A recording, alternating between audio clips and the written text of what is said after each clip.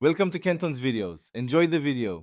In this video, I will explain how to open your Kia Telluride key fob. First, you will need a small flathead screwdriver, or you can use the emergency key itself. Begin by locating the small release button on the side of your key fob. Press this button firmly and then pull out the physical emergency key.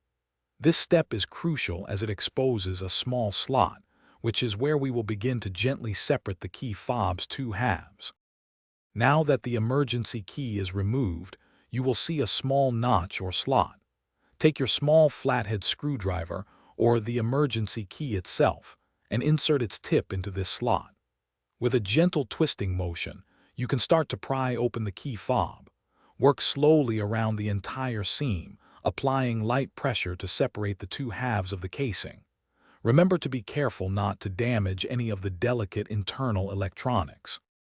Once the key fob is open, you will see the small, round battery inside.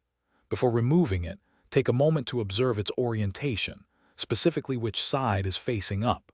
Gently use your screwdriver to pry out the old battery.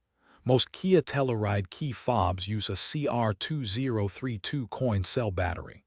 Insert the new battery, making sure the positive side, usually marked with a plus sign, is facing upwards, just like the old one. With the new battery in place, it is time to reassemble your key fob. Carefully align the two halves of the casing, ensuring they fit together perfectly. Gently press them firmly until you hear and feel them click securely into place. Finally, slide the emergency key back into its slot until it locks. Now, test your key fob to confirm that all buttons and functions are working as expected. You have successfully opened and serviced your key fob. Thanks for watching. Consider subscribing if we helped you.